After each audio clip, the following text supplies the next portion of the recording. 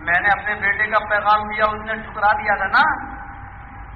اب ہم نے دیکھا کہ میرے بیٹے کا پیغام وہ لڑکی والے ٹھکرا چکے ہیں، تو آج موقع ہے بدلہ لینے کا. ارے کہاں کر رہے ہو شادی؟ اس جگہ. ارے وہ لڑکی تو موبائلوں پر بات کرتی رہتی ہے رات بھر. آج کل وہ سسٹم بھی چلا ہے نا، line to line free, data ٹوٹا تھا فری. ارے وہ تو کالج میں جاتی ہے نا، اس کا تو پتہ نہیں کتنے لڑکوں کے ساتھ گھماسان جنگ چل رہی ہے، جس کو ہماری زبان میں بولتے چکر چل رہا ہے. اب ہم نے برائیوں پر برائیاں کر کے اس کو کنفیوز کر دیا اور رشتہ کر دیا.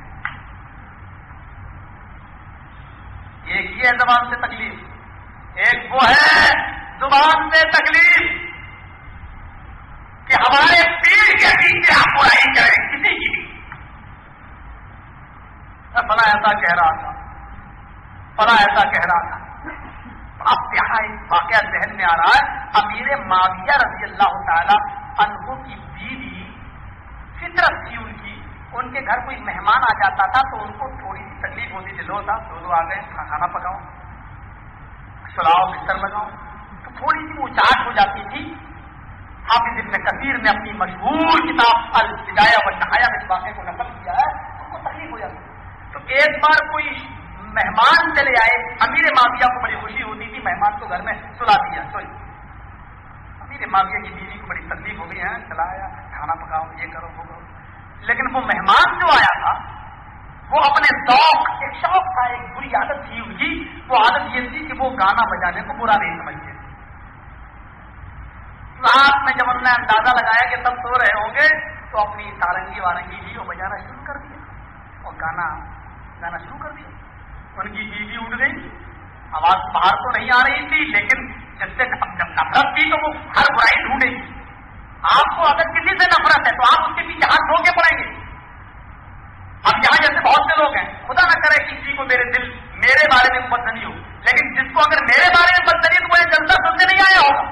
وہ اس لیے آیا ہوگا کہ مولوی نے دستانے صحیح کہی ہے، ایک غلطی پکڑ لوں کل اسی کو ہوٹل میں بیٹھ کر ہم افطا کریں گے، اسی کو ہم ظاہر کریں گے، اسی کو ہم پیش کریں گے اور مولوی کو رسوا کریں گے. کچھ ایسے بھی لوگ ہوتے ہیں اور آتے ہیں آتے ہیں. جب آپ کی صورت کی بات نہیں کر رہا ہوں، ہر جگہ کی ماحول ہے. کچھ ایسے بھی ہوتے ہیں وہ اپنے آپ کو بڑے علامہ سمجھتے ہیں، جبکہ یہ نہیں جانتے کہ غلطی سب سے ہو سکتی ہے. انسان خطاؤں کا پتلا ہے، لیکن سب سے بہترین خطا کار وہ ہے جو اپنے گناہ کی توبہ اللہ رب العالمین سے فوراً کرتے ہیں. کوئی ہو سکتا ہے. تو ایسا ہوتا ہے. تو امیر معاویہ کی بیوی اٹھی اور کمرے میں جھانک کے دیکھنے لگی. اب کہتے ہیں اے اٹھیے امیر معاویہ سے، اٹھو دیکھو نا جس مہمان کو لائے وہ کیا کر رہا ہے. دیکھو ذرا اٹھایا بس دیکھو بھائی تمہارا مہمان کیا کر رہا ہے. سنا پکڑ کے لائے اپنی بیوی کو گھر کے اندر. خاموش ہو جاؤ. تمہیں کسی کے گھر میں جھانکنے کی کیا ضرورت تھی؟ کسی کے روم میں جھانکنے کی کیا ضرورت تھی؟ اس کے اندرون خانے سے تمہیں کیا مطلب؟ کیا کرنا تمہیں کیا مطلب؟ تمہیں نہیں معلوم؟ اللہ کے رسول نے فرمایا جو کسی کے روم میں جھانک کر دیکھے اور کمرے بند ہو، دروازے بند ہو، تو اس کی آنکھیں کھول دو. کیوں تم نے ڈھانکا؟ سو جاؤ. کہا لو ان کو کچھ بھی دکھاؤ، یہ سب تب بھی اچھا. سو گئی.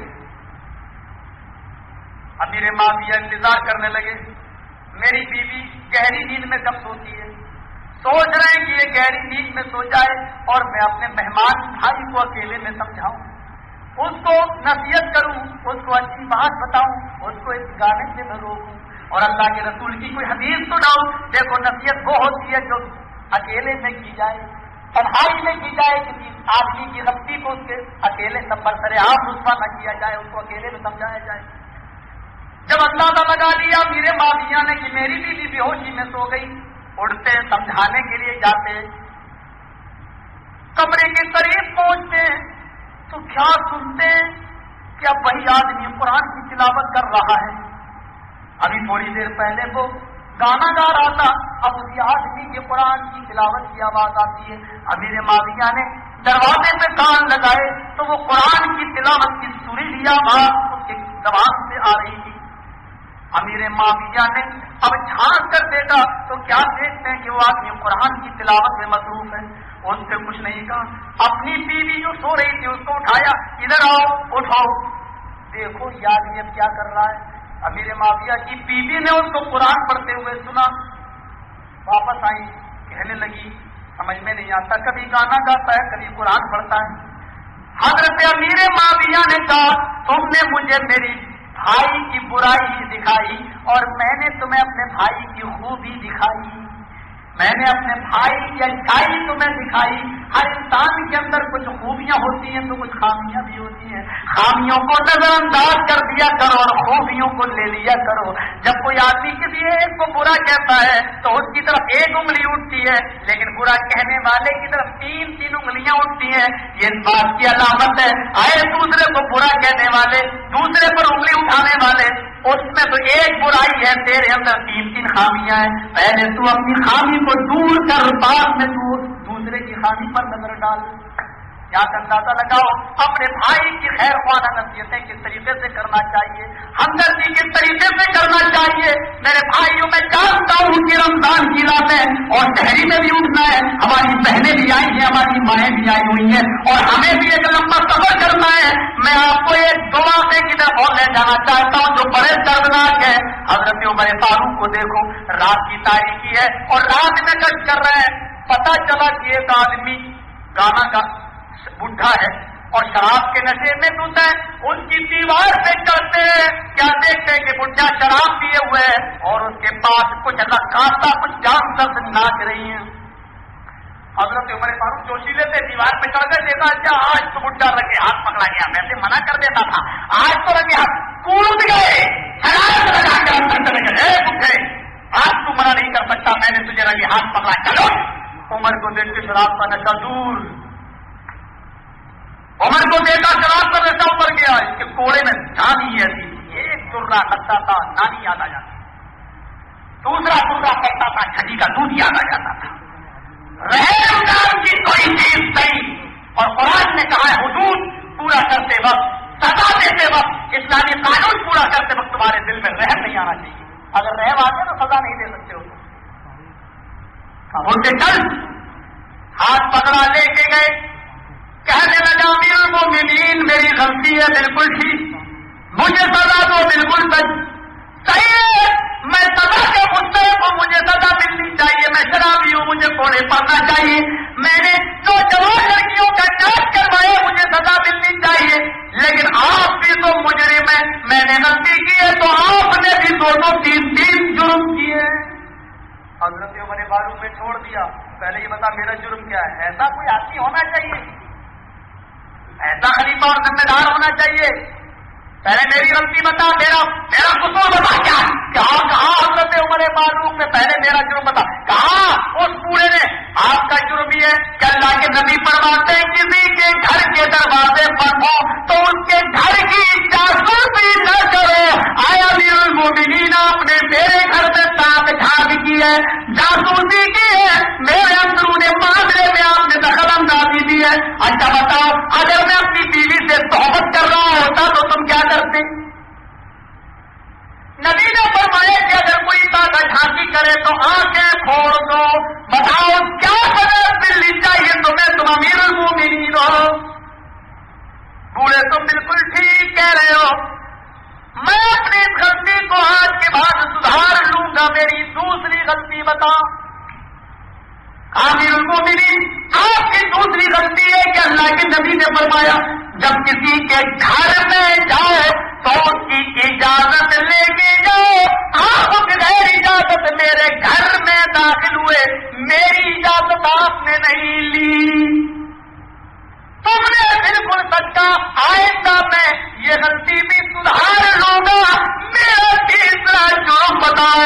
تیسرا جرم تمہارا یہ ہے امیر المومنین, نبی اکرم نے فرمایا جب کسی کے گھر جاؤ تو السلام علیکم کہہ کر داخل ہو. تم بغیر سلام کے میرے گھر میں داخل ہوئے. بوڑھے اللہ مجھے بھی ہدایت دے اور تجھے بھی ہدایت دے, یہ کہہ کر اس کو چھوڑ دیا اور چلے آئے.